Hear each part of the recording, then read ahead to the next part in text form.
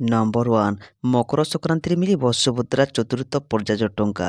ଯୋଗ୍ୟ ହିତାଧିକାରୀଙ୍କୁ ଉପହାର ଦେବେ ସରକାର। ସୁଭଦ୍ରା ଯୋଜନାର ଚତୁର୍ଥ ପର୍ଯ୍ୟାୟ ଟଙ୍କାକୁ ନେଇ ଚର୍ଚ୍ଚା ଜୋର ଧରିଛି। 3ଟି ପର୍ଯ୍ୟାୟରେ ଯୋଗ୍ୟ ମହିଳାଙ୍କ ଆକାଉଣ୍ଟରେ ପ୍ରଥମ କିସ୍ତିର ଟଙ୍କା ପହଞ୍ଚିବା ପରେ ଚତୁର୍ଥ ପର୍ଯ୍ୟାୟକୁ ଅପେକ୍ଷା ରହିଛନ୍ତି ଅନେକ ହିତାଧିକାରୀ। କିନ୍ତୁ ଚତୁର୍ଥ ପର୍ଯ୍ୟାୟ ଟଙ୍କା ଡିସେମ୍ବର 25 ଦେବାକୁ ଥିବା ବେଳେ ଏହାକୁ ସ୍ଥଗିତ ରଖାଯାଇଛି। ତେବେ ଏନେଇ ବର୍ତ୍ତମାନ ଚତୁର୍ଥ ପର୍ଯ୍ୟାୟକୁ ନେଇ କୁହାଯାଉଛି ଯେ ଏହି ଟଙ୍କା ମକର ସଂକ୍ରାନ୍ତିରେ ସରକାର ପଇଠ ପାରନ୍ତି।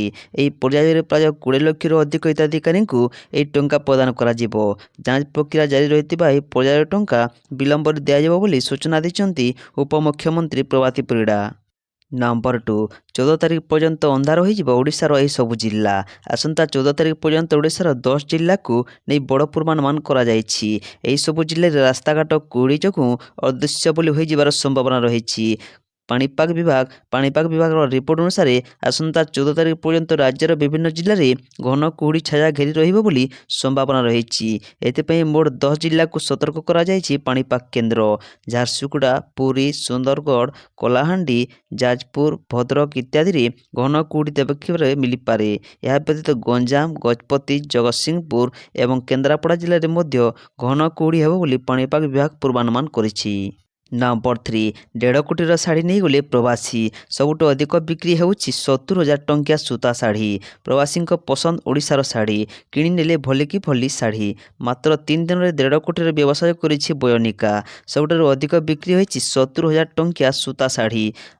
କା ମା ବୈଶ ଶାଢ଼ୀ ଥିଲା ଅଧିକ ପସନ୍ଦ। ପ୍ରବାସୀ ଭାରତୀୟ ଦିବସ ଥିବାରୁ ଅଧିକ ଲାଭ ପାଇଛି ବୟନିକା। ଓଡ଼ିଶାର ଶାଢ଼ୀ ପ୍ରେମରେ ପ୍ରବାସୀ ଭାରତୀୟ ବୟନିକାରୁ କିଣି ନେଇଛନ୍ତି ଲକ୍ଷାଧିକ ଟଙ୍କାର ଶାଢ଼ୀ।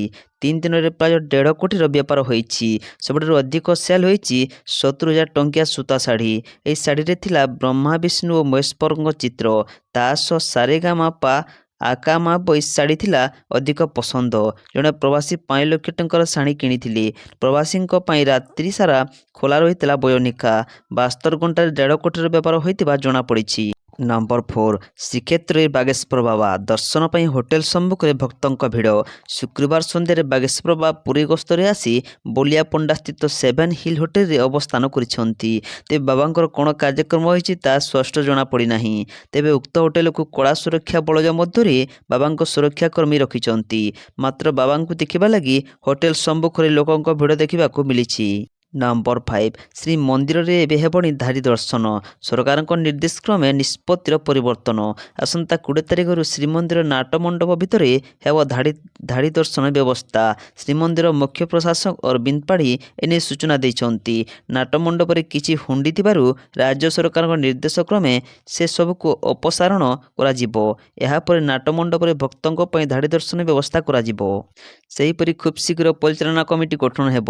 ଏଥିପାଇଁ ପ୍ରକ୍ରିୟା ଆରମ୍ଭ ହୋଇସାରିଥିବା ବେଳେ କମିଟି ଗଠନ ହେବା ପରେ କମିଟିର ସୁପାରିଶ ଅନୁସାରେ ଶ୍ରୀମନ୍ଦିର ଭିତରେ ଭକ୍ତଙ୍କ ଶୃଙ୍ଖଳିତ ଦର୍ଶନ ଓ ଅନ୍ୟାନ୍ୟ ସୁବିଧା ବିଷୟରେ ପୁଙ୍ଖାନୁପୁଙ୍ଖ ଆଲୋଚନା କରାଯାଇ ନିଷ୍ପତ୍ତି ନିଆଯିବ ବୋଲି କହିଛନ୍ତି ଶ୍ରୀମନ୍ଦିର ମୁଖ୍ୟ ପ୍ରଶାସକ ଅରବିନ୍ଦ ପାଢ଼ୀ।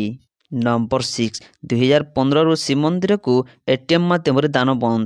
ବିଶ୍ୱରେ ମହାପ୍ରଭୁଙ୍କ କୋଟି କୋଟି ଭକ୍ତ ରହିଛନ୍ତି। ଶ୍ରୀମନ୍ଦିରକୁ ପ୍ରତ୍ୟେକ ଦିନ ବିଭିନ୍ନ ମାଧ୍ୟମରେ ଲକ୍ଷାଧିକ ଟଙ୍କା ଦାନ ଆକାରରେ ଆସୁଛି। ତାହେଲେ ଶ୍ରୀକ୍ଷେତ୍ରରୁ ଦୂରରେ ବିଭିନ୍ନ ଜିଲ୍ଲାରେ ରହୁଥିବା ଶ୍ରଦ୍ଧାଳୁଙ୍କ ପାଇଁ ସହଜ ଏବଂ ସରଳରେ ଦାନ ଦେବାର କୌଣସି ବ୍ୟବସ୍ଥା ନାହିଁ। ଶ୍ରୀମନ୍ଦିର ପ୍ରଶାସନ ପକ୍ଷରୁ କେବଳ ସଞ୍ଚାର ମାଧ୍ୟମରେ ଦାନ ଦେବାର ବ୍ୟବସ୍ଥା ରହିଛି। ନମ୍ବର 7 ରେଳଯାତ୍ରୀଙ୍କ ପାଇଁ ଖୁସି ଖବର। ଭିଡ଼ରୁ ମିଳିବ ମୁକ୍ତି। ଏହି ବନ୍ଦେ ଭାରତ ଟ୍ରେନରେ ଯୋଡ଼ି ହେବ ଆଉ ଚେୟାର ବଗି। ରେଳଯାତ୍ରୀଙ୍କ ପାଇଁ ଖୁସି ଖବର। ସିକନ୍ଦରାବାଦ ବିଶାଖାପାଟଣା ବନ୍ଦେ ଭାରତ ଟ୍ରେନ୍ ଯୋଡ଼ାଯିବ ଆଉ 4 ଅତିରିକ୍ତ ବଗି। ଏହି ଟ୍ରେନରେ ଏବେ 20ଟି ବଗି ଲାଗିବ। ପୂର୍ବରୁ ଏହି ଟ୍ରେନରେ 1,128 ଯାତ୍ରୀ ବସିବାର କ୍ଷମତା ଥିଲା ଆଉ 4 ବଗି ଯୋଡ଼ି ହେବା ପରେ ଏଥିରେ 1,440 ଯାତ୍ରୀ ଯାଇପାରିବେ। ନମ୍ବର 8 ସୁନା ଦର ଏବେ ଆକାଶ ଛୁଆଁ। ଦିନକୁ ଦିନ ସୁନା ଦର ବଢ଼ିବାରେ ଲାଗିଛି। ଗତକାଲି ଅପେକ୍ଷା ଆଜି ସୁନା ଦର ସାମାନ୍ୟ ବୃଦ୍ଧି ପାଇଛି। ଆଜି ଭୁବନେଶ୍ୱରରେ 10 ଗ୍ରାମର 24 କ୍ୟାରେଟ୍ ସୁନା ଦର 79,640 ଟଙ୍କା ରହିଛି। ସେପରି 22 କ୍ୟାରେଟ୍ ସୁନାର ମୂଲ୍ୟ ଆଜି 10 ଗ୍ରାମ ପିଛା 73,000 ଟଙ୍କା ରହିଛି। 22 କ୍ୟାରେଟ୍ ସୁନାର ମୂଲ୍ୟ 1 ଗ୍ରାମ ପିଛା 7,300 ଟଙ୍କା ହୋଇଥିବା ବେଳେ 8 ଗ୍ରାମ ପିଛା 58,400 ଟଙ୍କା ରହିଛି। କଟକରେ ମଧ୍ୟ ସୁନା ଦରରେ କୌଣସି ପରିବର୍ତ୍ତନ ଦେଖିବାକୁ ମିଳିନାହିଁ। 22 କ୍ୟାରେଟ୍ ସୁନାର ମୂଲ୍ୟ ଆଜି 10 ଗ୍ରାମ ପିଛା 73,000 ଟଙ୍କା ରହିଛି। 22 କ୍ୟାରେଟ୍ ସୁନାର ମୂଲ୍ୟ 1 ଗ୍ରାମ ପିଛା 7,285 ଟଙ୍କା ହୋଇଥିବା ବେଳେ 8 ଗ୍ରାମ ପିଛା 58,400 ଟଙ୍କା ରହିଛି। ଏହାଛଡ଼ା ରୂପା ଦରରେ ସାମାନ୍ୟ ହ୍ରାସ ପାଇଛି। ଶୁଦ୍ଧ ରୂପା 1 ଗ୍ରାମ ପିଛା 98.90 ଟଙ୍କା ରହିଥିବା ବେଳେ 8 ଗ୍ରାମ ପିଛା 792 ଟଙ୍କା ଓ 100 ଗ୍ରାମ ପିଛା 9,900 ଟଙ୍କା ଓ 1 କେଜି ପିଛା 69,000 ଟଙ୍କା ରହିଛି। ନମ୍ବର 9 ଇଂଲଣ୍ଡ ବିପକ୍ଷ ଟି20 ପାଇଁ ଘୋଷଣା ହେଲା ଦଳ। ଅକ୍ଷର ଓପନ ଅଧିନାୟକ ଫେରିଲେ ସାମି। ଇଂଲଣ୍ଡ ବିପକ୍ଷ 5 ଟିକିଆ ଟି20 ସିରିଜ୍ ପାଇଁ ଆଜି 15 ଜଣିଆ ସ୍କ୍ୱାଡ୍ ଘୋଷଣା କରିଛି ବିସିସିଆଇ। ଦୀର୍ଘ 1.5 ବର୍ଷ ପରେ ଅନ୍ତର୍ଜାତୀୟ କ୍ରିକେଟକୁ ଫେରିଛନ୍ତି ମହମ୍ମଦ ସାମି। ଆହତ ସମସ୍ୟାରୁ ମୁକୁଳିବାରେ ପରେ ସାମି ପ୍ରଥମ ଥର ପାଇଁ ଭାରତୀୟ ଟିମ୍ରେ ସ୍ଥାନ ପାଇଛନ୍ତି। ଶେଷ ଥର ପାଇଁ 2023 ଦିନିକିଆ ବିଶ୍ୱକପ୍ ଫାଇନାଲରେ ସାମି ନଜର ଆସିଥିଲେ। ଘରୋଇ କ୍ରିକେଟରେ କ୍ରମାଗତ ଭଲ ପ୍ରଦର୍ଶନ କରିବାରୁ ସାମିଙ୍କୁ ଭାରତୀୟ ଟିମ୍ରୁ ଡକରା ମିଳିଛି। ଦଳର କମାଣ୍ଡ ପୂର୍ବ ଭଳି ସୂର୍ଯ୍ୟକୁମାର ଯାଦବଙ୍କ ହାତରେ ରହିଛି। ତେବେ ତାଙ୍କ ଡେପୁଟି ଭାବେ ପ୍ରଥମ ଥର ପାଇଁ ଅକ୍ଷର ପଟେଲଙ୍କୁ ଦାୟିତ୍ୱ ଦିଆଯାଇଛି। ରବୀନ୍ଦ୍ର ଜାଡେଜା ଟି20ରୁ ଅବସର ନେବା ପରେ ଅକ୍ଷର ଦଳର ପ୍ରମୁଖ ସଦସ୍ୟ ଭାବେ ରହିଛନ୍ତି। ତେଣୁ ତାଙ୍କୁ ବିସିସିଆଇର ଉପ ଅଧିନାୟକ କରିଛି। ବାଂଲାଦେଶ ବିପକ୍ଷରେ ଡେବ୍ୟୁ କରିଥିବା ନୀତିଶ କୁମାର ରେଡ୍ଡି ମଧ୍ୟ ଦଳରେ ରହିଛନ୍ତି। ନମ୍ବର 10 ମାର୍ଚ୍ଚରେ ସିଦ୍ଧରମେୟାଙ୍କ ସ୍ଥାନରେ ଶିବ କୁମାର ଏବେ ମୁଖ୍ୟମନ୍ତ୍ରୀ। କର୍ଣ୍ଣାଟକରେ ଖୁବ୍ ଶୀଘ୍ର ମୁଖ୍ୟମନ୍ତ୍ରୀ ଚୌକର ହେବ ପରିବର୍ତ୍ତନ। ସିଦ୍ଧରମେୟାଙ୍କ ସ୍ଥାନରେ ଉପମୁଖ୍ୟମନ୍ତ୍ରୀ ଡିକେ ଶିବ କୁମାର ମୁଖ୍ୟମନ୍ତ୍ରୀ ଆସନରେ ବସିବେ। ମାର୍ଚ୍ଚ ମାସ ପରେ ଏପରି ଦଳ ଅଦଳ ବଦଳ ହେବ ବୋଲି ଜଣାପଡ଼ିଛି। ଏଥିପାଇଁ ଶିବ କୁମାରଙ୍କୁ ବିଧାୟକଙ୍କ ସମର୍ଥନର ଆବଶ୍ୟକତା ରହିଛି। ତେବେ ସମର୍ଥକ ପ୍ରସଙ୍ଗରେ ଅଜବ ଉତ୍ତର ଦେଇଛନ୍ତି ଶିବ କୁମାର। ନମ୍ବର 11 ଆସାମ ଖଣିରୁ ମିଳିଲା ଆଉ 3 ଶ୍ରମିକଙ୍କ ମୃତଦେହ। ଏବେ ବି 5 ଜଣଙ୍କ ପତ୍ତା ମିଳୁନି। ଆସାମର କୋଇଲା ଖଣିରୁ ଉଦ୍ଧାର ହେଲା ଆଉ 3 ଜଣ ଶ୍ରମିକଙ୍କ ମୃତଦେହ। ରାଜ୍ୟର ଦିମା ହସାଓ ଜିଲ୍ଲାର ଉମାଙ୍ଗସୋରେ ଥିବା ବେଆଇନ କୋଇଲା ଖଣିରେ ପ୍ରାୟ 310 ଫୁଟ ଗଭୀରରେ ଖନନ ଚାଲିଥିବା ସମୟରେ ଏହା ଭିତରେ ହଠାତ୍ ବନ୍ୟାଞ୍ଚଳ ପଶି ଯାଇଥିଲା। ସୋମବାର ଏ ଅଘଟଣ ଫଳରେ ଖଣି ଭିତରେ 9 ଜଣ ଶ୍ରମିକ ଫସି ଯାଇଥିଲେ। ଏହାପରେ ସେଠାରେ ଭାରତୀୟ ନୌସେନା ଏନଡିଆରଏଫ୍ ଏସଡିଆରଏଫ୍ ଓ ଦମକଳ ବାହିନୀର ମିଳିତ ଉଦ୍ଧାର କାର୍ଯ୍ୟ ଆରମ୍ଭ ହୋଇଥିଲା। ନମ୍ବର 12 ଆସାମରେ ପଶିଲା ଏଚଏମପିଭି 10 ମାସ ଶିଶୁ ସଂକ୍ରମିତ। ଚାଇନାରେ ଆତଙ୍କ ଖେଳାଇଥିବା ଏଚଏମପିଭି ଆସାମରେ ପ୍ରବେଶ କରିଛି। ରାଜ୍ୟର ଜଣେ 10 ମାସର ଶିଶୁ ଏହି ଭାଇରସରେ ସଂକ୍ରମଣ ହୋଇଛନ୍ତି। ଆସାମରେ ଏଚଏମପିଭିରେ କେହି ସଂକ୍ରମିତ ହେବା ଚଳିତ ଋତୁରେ ପ୍ରଥମ ଘଟଣା। 10 ମାସର ଶିଶୁ ସଂକ୍ରମିତ ହେବା ପରେ ତାକୁ ଡିବ୍ରୁଗଡ଼ରେ ଥିବା ଆସାମ ମେଡିକାଲ କଲେଜ ଓ ହସ୍ପିଟାଲରେ ସ୍ୱତନ୍ତ୍ର ଭାବେ ଚିକିତ୍ସା ଯୋଗାଇ ଦିଆଯାଉଛି। ନମ୍ବର 13 ଦିଲ୍ଲୀ ଢାଞ୍ଚାରେ ପୁରୀ ହେବ ହାଟ। ଥଇଥାନ ନେବେ ଉଠା ଦୋକାନୀ। ଦିଲ୍ଲୀ ହାଟ ଭଳି ପୁରୀର ଉଠା ଦୋକାନୀଙ୍କୁ ମିଳିବ ବଜାର। ଏଥିପାଇଁ ବିଭାଗୀୟ ସ୍ତରରେ ଆଲୋଚନା ସରିଛି। ଶ୍ରୀମନ୍ଦିର ପ୍ରଶାସନ ମଧ୍ୟ ଏଥିନିମନ୍ତେ ସହମତ ହୋଇଛନ୍ତି। ଜିଲ୍ଲା ପ୍ରଶାସନ ଓ ପୂର୍ତ୍ତ ବିଭାଗ ଏହାକୁ କାର୍ଯ୍ୟକାରୀ କରିବେ। ପୁରୀର ଏଭଳି ବିକାଶ ପାଇଁ ହୋଟେଲ ସଂଘ, ବୁଦ୍ଧିଜୀବୀ ଓ ଅନ୍ୟ ଅଂଶୀଦାରଙ୍କ ସହ ଆଲୋଚନା କରି ଭିତ୍ତିଭୂମି ନିର୍ମାଣ କରାଯିବ ବୋଲି ଆଇନ ମନ୍ତ୍ରୀ ପୃଥ୍ୱୀରାଜ ହରିଚନ୍ଦନ କହିଛନ୍ତି। ନମ୍ବର 14 8,000ରୁ ଅଧିକ ଆବେଦନକାରୀ ହେଲେ ସୁଭଦ୍ରାରେ ପୁନଃ ସାମିଲ। ଖୁବ୍ ଶୀଘ୍ର ଚତୁର୍ଥ ପର୍ଯ୍ୟାୟର ପ୍ରଥମ କିସ୍ତି। ରାଜ୍ୟ ସରକାରଙ୍କ ସୁଭଦ୍ରା ନେଇ ବଡ଼ ଖବର। ଭୁଲରେ ବାଦ୍ ପଡ଼ିଥିବା ମହିଳାମାନେ ପୁଣି ଯୋଡ଼ି ହୋଇପାରିବେ ଏ ଯୋଜନା ସହିତ ହେବେ ବୋଲି କହିଛନ୍ତି ସରକାର। ସୁଭଦ୍ରା ପୋର୍ଟାଲରେ ନାମ ଯୋଡ଼ିବା ସୁବିଧା ଉପଲବ୍ଧ କରାଯାଇଛି ବୋଲି ରାଜ୍ୟ ସରକାର କହିଛନ୍ତି। ଏହାଦ୍ୱାରା ଯେଉଁମାନଙ୍କ ଭୁଲରେ ନାମ ବାଦ୍ ଓପିଟି ଆଉଟ୍ ହୋଇଯାଇଥିଲେ ସେମାନେ ପୁନର୍ବାର ସୁଭଦ୍ରାରେ ସାମିଲ ହେବାର ସୁଯୋଗ ପାଇପାରିବେ। ସେହିପରି ଖୁବ୍ ଶୀଘ୍ର ଚତୁର୍ଥ ପର୍ଯ୍ୟାୟ ପ୍ରଥମ କିସ୍ତି ଅର୍ଥରାଶି ପ୍ରଦାନ କରାଯିବ। ଏବେ ବି 2 ଲକ୍ଷରୁ ଉର୍ଦ୍ଧ୍ୱର ଆବେଦନକାରୀ ସେମାନଙ୍କର ଇକେୱାଇସି କରିନାହାନ୍ତି ଅବା ଓଟିପି ମାଧ୍ୟମରେ ଇକେୱାଇସି କରିଛନ୍ତି। ଯୋଗ୍ୟ ବିବେଚିତ ହେଲେ ମଧ୍ୟ ସେମାନେ ଅର୍ଥରାଶି ପାଇବାରେ ଅସୁବିଧା ହେବ। ତେଣୁ ତୁରନ୍ତ ସେମାନେ ନିକଟସ୍ଥ ଜନସେବା କେନ୍ଦ୍ର ବା ମୋ ସେବା କେନ୍ଦ୍ରକୁ ଯାଇ ବାୟୋମେଟ୍ରିକ୍ର ପଦ୍ଧତିରେ ନିଜର ଇକେୱାଇସି କରିନେବା ବୋଲି ରାଜ୍ୟ ସରକାର ସୂଚନା ପ୍ରଦାନ କରିଛନ୍ତି। ନମ୍ବର 15 ସହଦେବଙ୍କ 2 ଝିଅଙ୍କ ପାଠପଢ଼ା ଦାୟିତ୍ୱ ନେଲେ ନବୀନ।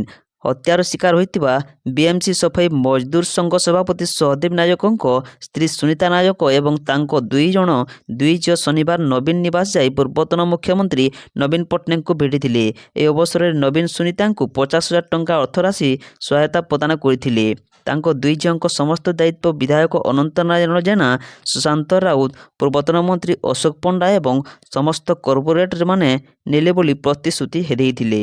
ନମ୍ବର 16 କୁମ୍ଭ ମେଳା ପାଇଁ ଓଡ଼ିଶାରୁ ଉତ୍ତରପ୍ରଦେଶକୁ ଗଡ଼ିବ ବସ୍। ଜାନୁଆରୀ 12ରୁ 26 ଯାଏଁ ସ୍ୱତନ୍ତ୍ର ବସ୍ ସେବା।